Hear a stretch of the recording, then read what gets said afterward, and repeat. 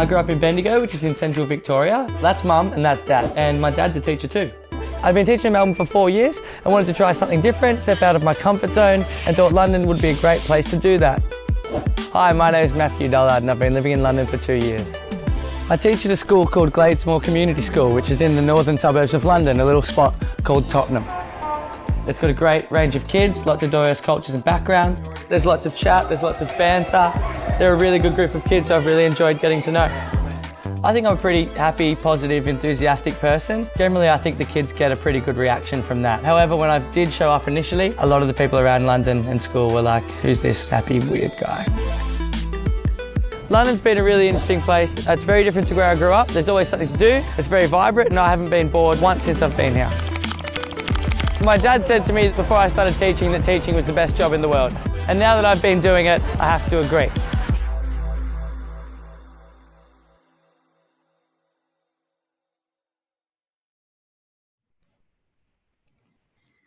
I would like to acknowledge the lands on which we all meet today and recognize that sovereignty was never ceded. I would like to specifically acknowledge the Wurundjeri and Boonwurrung people. Communities of the Kulin Nation are the ongoing custodians of the lands on which Monash University now stands. We pay our respects through our research, teaching, and learning to the Wurundjeri and Boonwurrung elders, past, present, and future communities.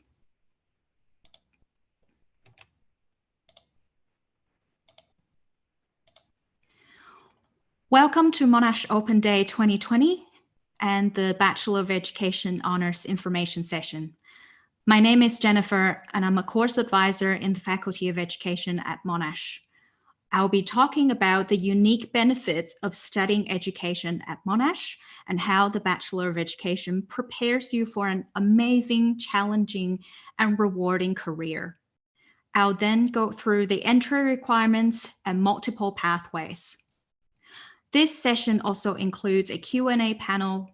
We're very excited to have current students, Josh and Wei, and one of our graduates, George, with us tonight, and they'll help answer some of your questions later in this presentation. If you want to become a teacher, you must study an accredited teacher course to become qualified to teach. There are 3 ways to become a teacher. You can study a Bachelor of Education Honours as a single degree, which is 4 years in duration, or you can study education as a double degree and combine your primary or secondary education bachelor degree with a degree in another field, such as arts or science. The double degree with education also takes 4 years to complete and is not double the work. I'll explain how that works shortly. Another way to become a teacher is to complete a degree in another field and then study a Master of Teaching. That means it would take about 4.5 to 6 years for you to become a qualified teacher. And we do have a Master of Teaching session at 6 shortly after this one. So if you're interested, please join that session later. As you can see, the Bachelor of Education is the fastest way to become a qualified teacher. So if you already know that you're interested in teaching, then we definitely recommend the Bachelor of Education so that you can start your teacher education early and start building on your work experience early. Education enjoys a great career outlook. Education is in the top 3 employment growth areas in Australia. The profession is highly regulated, only well-trained individuals can get in, and it's extremely unlikely for teachers to be replaced by robots or machines. Today, we already have driverless cars, robots performing surgeries, but educators will not be replaced anytime soon because the human factor is essential. And this pandemic just shows how important education is. Teaching has not stopped because of COVID-19 and will never stop because we always need educators.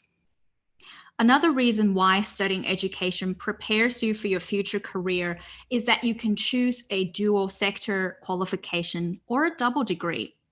This gives you more choice and flexibility when you graduate. For example, you can choose to specialize in primary and secondary education and become qualified to teach in both sectors. The dual sector course doesn't prolong your study. You still be able to graduate within 4 years. With double degrees, you can combine primary or secondary education with arts, business, fine art, music, or science, and be equipped with the knowledge and skills gained from that partner degree. The double degree is also 4 years. It's not double the work or the time, and you get 2 separate qualifications within 4 years, which gives you more choice in your career options, and you can use both when looking for jobs. Because of our graduates, because they are so highly desirable, highly employable, our graduates' employability figures are higher than the national average. So within 4 months of graduating, over 84% of our graduates found full-time employment, and over 94% of them found some form of work. Both of these figures are higher than the national average. So we train our students well, they work really hard, and that is acknowledged by university ranking systems. We're ranked #1 in Australia and in the top 15 in the world. Our high reputation puts our graduates ahead of so many of their peers, both here and overseas, and helps them achieve their career goals when they go international and compete with graduates from other institutions. Education graduates start gaining and building on their professional experience early. So one of the best things about studying education is that you will complete at least 80 days of placements in real classrooms during your course. And Monash will organize everything for you, so you don't have to worry about calling 50 different schools and sourcing placements yourself. Each year, you'll be doing placements so that you will gain work experience continuously, and you'll have the opportunity to go interstate, rural, or even overseas when travel is allowed again. We offer one of the largest international professional experience programs in Australia. This slide just shows some of the countries our students have done placements in. You can also check out our student placement videos in the Adventures in Education booth in the Education Exhibition Hall on the Open Day platform. This valuable experience of teaching in a different society and different culture will make you more confident in educating diverse groups of students. Plus, on these international placements, you will have time to travel and make new friends. There's also financial aid available, and you can also add the expenses to your HECS. So it's not a huge financial burden. We really encourage students to make the most of their placements. Each placement, it brings professional connections and future job opportunities. Because if you make a good impression during your placement, then that school will very likely hire you again in the future. So now that you've learned all the unique benefits of studying education at Monash, what will you actually be studying in education? Well, it depends on what you're interested in or what age group you like to work with. We offer early childhood, primary, secondary education, and a combination of these. So if you don't want to choose between primary and secondary, or if you like the flexibility of moving from one to the other, you can study one of these primary and secondary education courses and become qualified to teach both sectors. And you won't be adding another year to your study. These dual sector courses are also 4 years in duration, just like any other one of these education courses.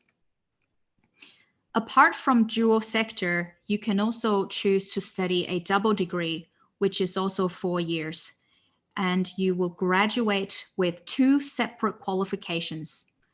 You can combine primary or secondary education with arts, business, fine art, music, or science.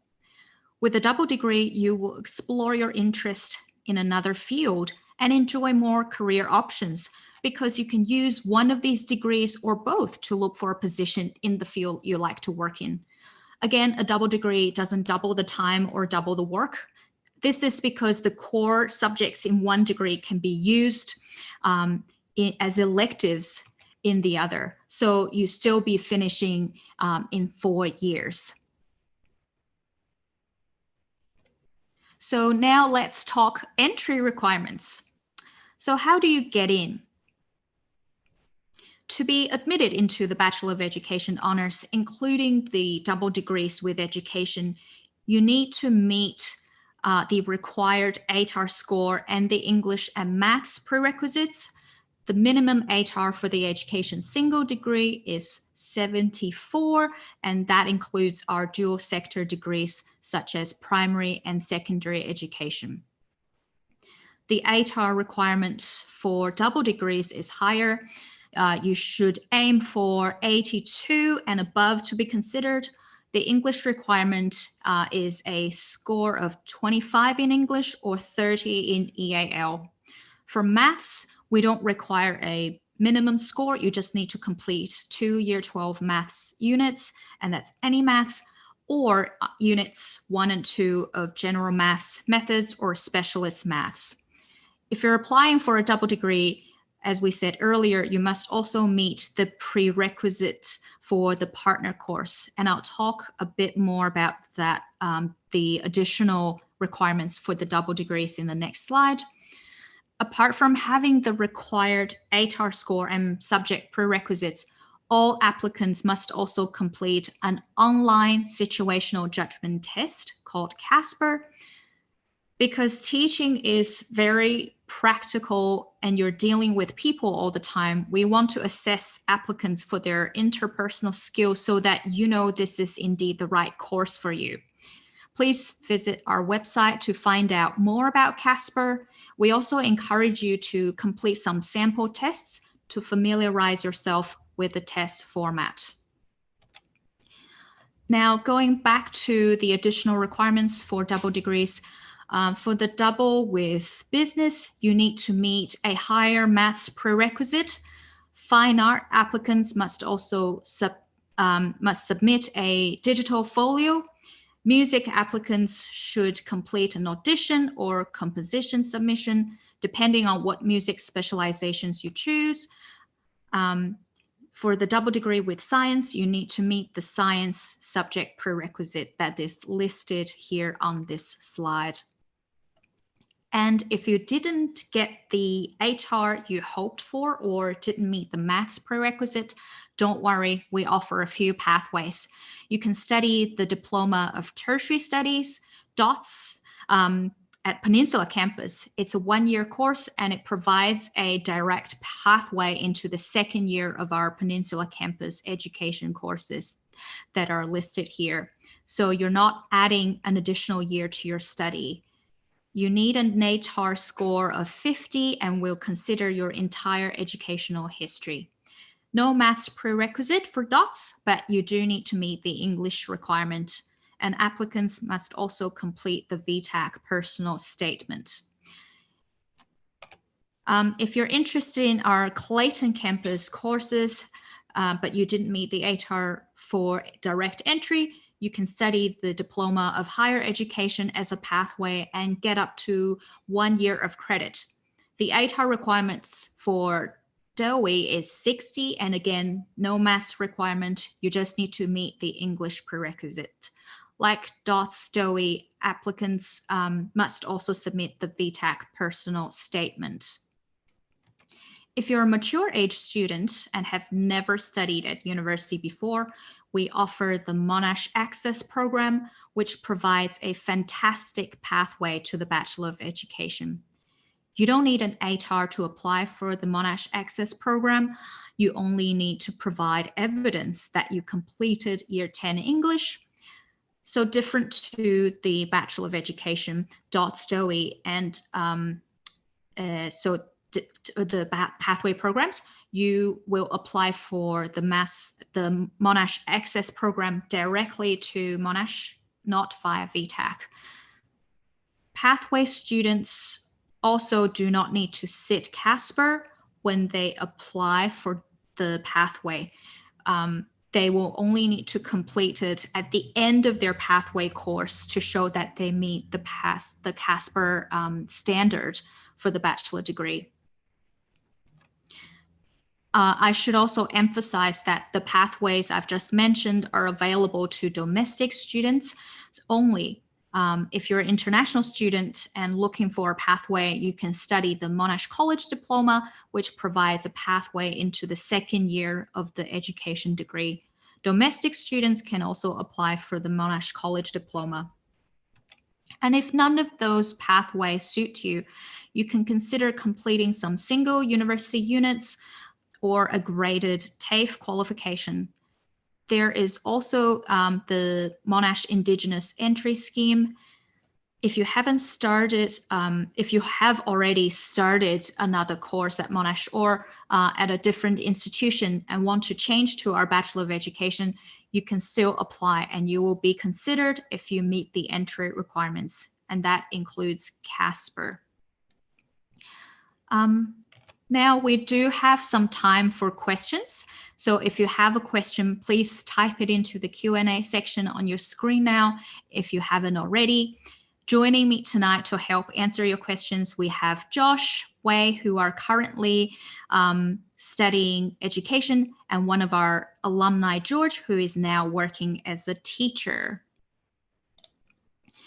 So welcome, Josh, George, and Wei. We're very excited to have you here. And I would just like to say that my colleagues Chantel and Grace are also here to monitor the Q&A online, and they will pass on your questions to us. We'll try to answer as many questions as possible, but if there's something we don't have enough time for or cannot answer, you can click on chat with us and visit our Welcome to Education chat room to get more help. All right, George, Josh, and Wei, thanks for joining us tonight. May I start the Q&A by asking all of you, why did you choose education at Monash? George, I'll throw that to you first. Thanks, Jennifer. It's a really good question. I'm in my 5th year of teaching right now, so I when I thought about Monash at the start, a lot of my mates were going to that particular campus, but I think after a couple of open days, and so yeah, massive shout out to the people that are listening and watching online, because I probably did the same thing when I was at school. Just got more information and really enjoyed what they offered in terms of just, the diversity of, you can do a double degree and that sort of thing. So it was really encouraging. So it's probably my main reason why I've chose to be at Monash. Great.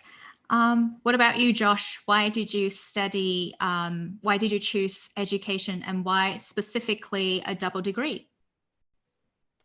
I guess particularly at the beginning of my course, I've actually, this is my second course here at Monash. I started with a health and PE degree, and then transferred into the double degree. And I guess initially the course structure really was tailored to what I was looking for.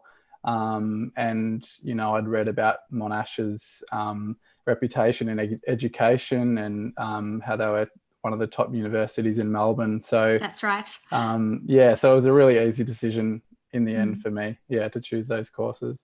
Great. Thanks. Wei, what about you? Why did you choose to study education at Monash, and specifically the primary and secondary dual sector combination? Was it because you like to move between one and the other and have that flexibility, or you didn't want to choose? You wanted to have both?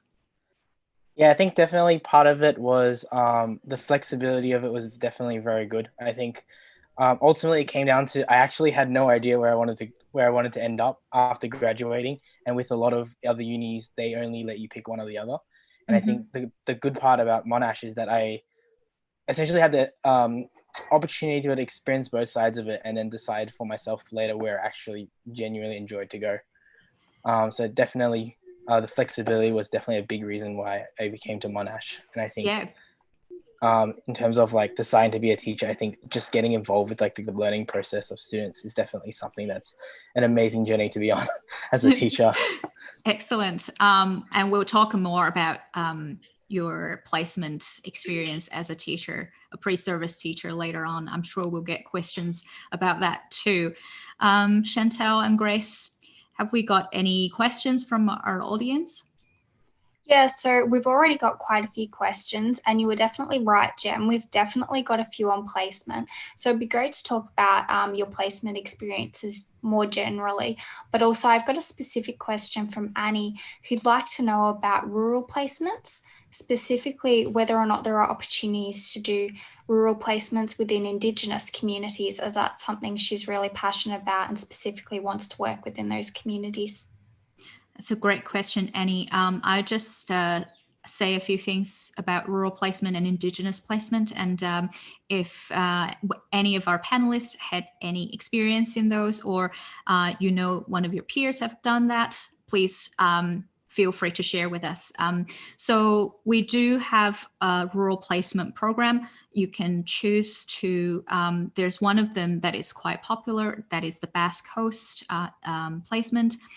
And you can also request to do placements in one of the rural schools. You just need to consult our professional placement office who will liaise with the school on your behalf. And if the school meets the requirements for students to do a placement, then we can definitely arrange that. And as for Indigenous, we did have students who went on Indigenous placements, and it was a wonderful opportunity for them. And again, students will have the opportunity to suggest placements that they want to do to the professional experience office. Josh and Wei, have you done any rural placements or Indigenous placements, or do you know any of your friends who have done those? Look, I haven't done any rural or Indigenous, but I know, lots of people that have. I think the good one is just a variety of experiences, even the international placements. I did most of mine just around local schools, but just to hear the stories and the conversations people have, and just in terms of the experience they've had from those different experiences has been really positive. So I think just having the opportunity to have them, I guess, in itself is pretty exciting as well. That's right. And yesterday we had one of our panelists saying that she did a placement in Geelong and also in a rural school because that's where she grew up. And it was a really good experience for her. And she really immersed herself in that community and build so many great connections as well. So it's definitely something students have the opportunity to do. What about you, Josh and Wei? Would you like to share more placement experiences? Perhaps one of your, I guess, your favorite placement experiences? Yeah, my experience is similar to George. I actually haven't done any rural placements yet. But they're definitely on my wish list. I've only heard good things about them. And like you said, Jen, about the close-knit communities that you form connections with. And it's just a whole different experience to, I guess, teaching in a more suburban locality. And then in terms of maybe a favorite experience, in my first placement, I was able to teach by myself or with another student entire lessons, which is usually pretty rare early on, which was really great. Must be pretty daunting too. It was pretty daunting, yeah, definitely. But I think we found that we really flourished and thrived in that environment, and having that ability to have that experience was quite good, especially early on. It was a good motivator for the rest of the course. Yeah, and I guess it shows how our students are so adaptable and they take on any challenges we throw at them. Thanks, Josh. Wei, have you done any placements? Would you like to share your placement story? So I haven't been on any real placements either, but actually at the start of the year, I went on an IPE, so international placement in Excellent. China. And yeah, it was definitely very different to a lot of the other placements I've been to. Just being able to immerse yourself in a different culture, in a different community, but at the same time, just getting to partner with different teachers and seeing sort of how education changes amongst even different countries as well is definitely a very eye-opening opportunity, and just Yeah. very something that you just really need to be able to take on board in terms of like flexibility and being able to just kind of adapt wherever you go. Cool. Any more questions from our audience, Grace? Yeah, so I've got a couple of questions specifically about double degrees, but I've had a few questions from Jade about a double degree with fine arts. And so must one still gain approval from the fine arts faculty to complete this at the Caulfield campus as a double degree with education? Yes, great question, Jade. So for double degree of education and fine arts, yes, you will travel to the Caulfield campus to complete your fine arts courses. So, for example, during a typical day, you could be doing some education units in the morning and then catch a free shuttle bus from Clayton to Caulfield campus, which takes about 15 to 20 minutes. And so you'll be doing your study in two campuses. But apart from fine arts and business, all the other double degrees are taught at our Clayton campus, which is our biggest campus. And to get into the double degree with fine arts, you need to submit a folio to be considered. Wonderful. So that kind of leads me into the next question, which is about the workload and contact hours when studying. And I think that's a question that we might have some different answers and different perspectives, because we've obviously got Josh with the double degree and Wei doing primary sec. So it would be great if we could get their opinions on workload. Excellent. I guess I'll throw that to George again first. So George, reflecting on your study experience doing a double degree with with science, did you find that you had to work more hours than your peers who was studying a single degree, and that you had just no time for social life at all?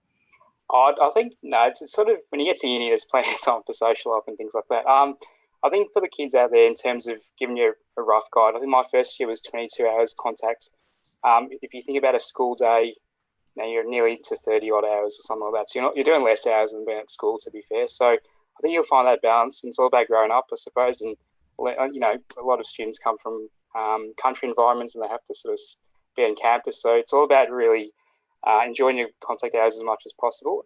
Doing science education was really exciting. So if you're thinking you're not too sure of science or education, please do a double. It's really worthwhile. And just in terms of contact hours, it's well versed, and you have your placement time, you have your time for your pracs. So it's really worthwhile to take that opportunity on board if you get the chance.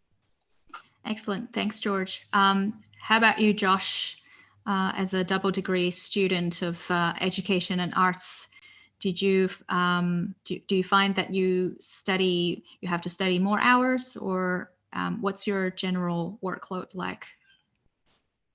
Yeah, it's actually not too bad, and I guess I've got a good experience to go on is that I did that single degree with HPE, and now I'm doing the double degree. So you have the comparison. Yeah, that's right, and I don't really think I've found it any more difficult, to be honest, or any more, or have there been any more of a workload? I guess you just manage it, and time management is going to be a huge thing for future students coming to Monash, and you'll work that out. And to be honest, I don't think there's a big difference in the burden of the workload between the two.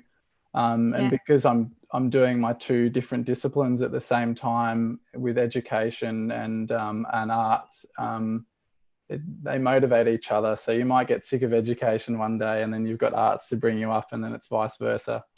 Yeah, it's a nice combination. And yeah, I like to add that our double degrees, they're not doubling the work because the core units in one can be used as electives in the other. And each semester, you'll be studying 4 units, except for in your second year, which you'll be studying 5 units per semester, and that is across all education degrees, including single and double degrees. So doing a double degree or a dual sector specialization doesn't mean that you'll be studying more hours than other education students. Great. What about you, Wei? What's your typical day or typical week like? I mean, in general, in terms of the uni side of things, I think similar to everyone else, I don't think it's like overwhelming. I think just like George said as well, you do get a lot of time to just be able to interact with others and like a lot of social time as well. And similar to Josh as well, like time management definitely becomes something that's very crucial, I think, as you enter the uni life of things. I guess like it's pretty different for everyone. I think everyone manages the workload a bit different, and like I guess even interprets like the study load a bit different. But I think like a good part of it is that our education tutors and stuff are definitely very supportive of the workload that comes on, and so when anyone's struggling at all, they're more than willing to help out wherever we need.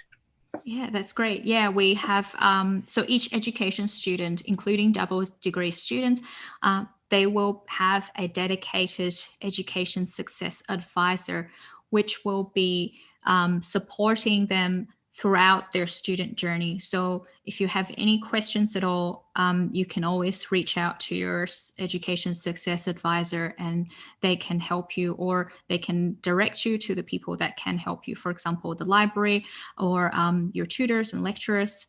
So yes, our students enjoy a lot of support. Do we have any more questions, Grace? Yeah, so I've got a question from Amelia who'd like to clear up if there is a specific year where international placement happens, obviously provided travel is permitted, but was wondering if there was a particular time that needs to happen. That's a very good question. There's actually not a specific time students have to choose to do their international placement. So you don't have to say only do it in your second year or third year. You can always apply anytime during your study except for your first year. So international placement is only available to students who have successfully completed their first year. So Wei, as someone who has done an international placement, what made you choose to do your international placement at that particular time? Did you think, oh, I've done some studies and I've done some placements locally, now I'd like to travel overseas, or was it just pure coincidence when you did it? I think it was mainly coincidence. Yeah.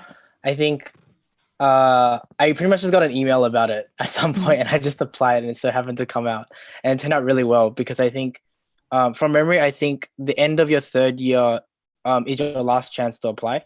Right. And so once you're in the fourth year, and you're in the mid-year part of it, you can't do it as your final placement. So your last one does have to be in Australia. So I saw it as my final chance, and I figured, why not? So it was definitely just a coincidence. Yeah, great. And that worked out so well. So well done. Yes, so apart from your first year and the final placement in your second semester, in the fourth year, you can do placement, international placement at any time during your study. Okay, so the next question I have to all the panelists is, what was/is your favorite aspect of the course? That's a very, very good question. Josh, how about we start with you? What is the favorite aspect of your course? Obviously, you're doing a double degree. Is the combination of the two that you like the most, or is it the support or the professional experience component? Oh, that's a hard one to pinpoint. I guess there would be maybe three things, and hopefully I remember all three of them. Probably the resources at Monash are really great, whether it be learning resources or study resources or health and wellbeing resources. Second would be the education support, particularly from our education success advisors. I found that really useful when I was transferring to my new degree. And they're really like the puppeteers of your course map and, putting together what will work. And it's amazing what they can put together because, to be honest, the course map looks pretty overwhelming when you first start and it's hard to get your head around things. So that's really useful. And then thirdly, I don't think it was this one, but I'm going to say it anyway. Definitely the placement experience that you get along the way, because that is a big part of becoming a teacher, is gaining the experience that you need in the field and knowing that each year, permitting it's not a COVID situation like this year, that you'll be getting placement is really great, and especially in those final years when you're wanting to make those connections with teachers. Yeah, and that's right. And so each placement it's sort of like a job interview in a sense, where you're trialing, and it's good for you in the way that you can sort of figure out whether you like working in that school as well, whether you fit with their culture, that kind of thing. So it works both ways. George, what about you? What was the favorite aspect of your course? It's like choosing a box of chocolate. There's too many favourites, I think, to specifically say. But I think, just like what Josh and Wei have said, that it's a really nice melting pot when you come to education. You meet a lot of different people from different faculties, and some of my best mates are probably in faculties I probably don't necessarily teach in, which is awesome. In terms of that community support, you learn, I think, to be a good teacher and a good educator, you have to be able to work well in community, and that's whether it's working part of student ambassadors or working on placements or with your mentor or your lecturers. It's that sharing of knowledge, and you build confidence, and there's always that you don't feel like you're just thrown out there. You're part of a really strong community, and that's the main thing. I think that you just grow up through that whole experience, and you're all ready to go when you get there. So enjoyed every single moment in terms of just the placement, the experience, and learning from everyone else, and that's why we love teaching and what we're doing at the moment as well. Excellent, George. And is it true that when you go on placement, you have a mentor teacher at the school to help you? Yeah, definitely. You're not, especially in your first and second year, you have that mentorship, obviously, because you've just come out of school yourself. But you might be even buddied up with some placement teachers from Monash as well. I know the placement students that come to our school, they're sort of buddied up and they work through our program, and it's sort of, you learn as part of in situ, as part of being on practicum. So it's really exciting, and when you get to that fourth year, you're definitely ready. You might feel like you're not ready just yet, but that's okay. You definitely go into it, and it's really encouraging because one day you might be being that mentor person to someone else. So it's a great experience to have. That's so lovely to hear. Yes, our graduates are ready to teach and ready to lead when they finish their course and go into the the first school that they're going to be working at. Jen, we've just got one more final question, and this will be good to get current students and alum as well, perspective. What's something that they really love about teaching, whether it's in their current job, obviously for you, George, but also for our students when they go out in placements? What are some of the highlights? Excellent question. Shall we start with Wei? I think for me, it ultimately comes down to those moments. Kind of sounds strange, but I think when you get a kid that doesn't really understand what's going on, and you finally get to you finally bridge a gap for them, and they finally get what's going on and get themselves working, and then they can kind of just continue building that knowledge on for themselves. I think that's definitely one of my favorite moments, and it definitely just kind of inspires me just to continue to go on and with my teaching as well. Yeah, so you feel that it's a very rewarding experience and a rewarding career when you can, when you're able to help someone learn something that will benefit them for the rest of their life. That is really, really beautiful. Josh, what about you? Why do you love teaching? Yeah, I guess the rewarding aspect, again, as Wei said, and you reiterated, Jen, is the, I guess, the unique aspect of teaching that is unlike any other job in the world, is the, being able to help students get through their learning. And I guess for me, personally, I would like to think that students will be able to go through their schooling and enjoy it like I did. And I had a lot of standout teachers in my high schooling years that really were the motivator for me to become a teacher. So I think it's just the intrinsic motivation of being able to inspire young kids is really good. Beautiful. George, would you like to add something here? Oh, look, just second what Wade and Josh have said. I think the best thing about education is I think you give someone an opportunity, and it's amazing how, especially in adolescence, like you need someone to believe in them, and that's the focus. And especially in this year, we're all in that community aspect of things. In many ways, your teaching class is probably the best part of community and helping everyone so get through a really tricky and challenging time. And education is at the forefront of that. So it's a really exciting time for education. There's so many big changes coming up. So get around it, definitely. You'll continue to learn as part of the job, and that's really encouraging as well. That's really, really exciting. Yes, so teaching is challenging, rewarding, but at the same time, it's really, really exciting, and it keeps changing. And it's because we have students like you guys, Josh, Wei, and George. You are the reason why we are our students are going through this okay, because you are so dedicated to what you do and you really look after the students. So thanks very much. And that's all we have time for.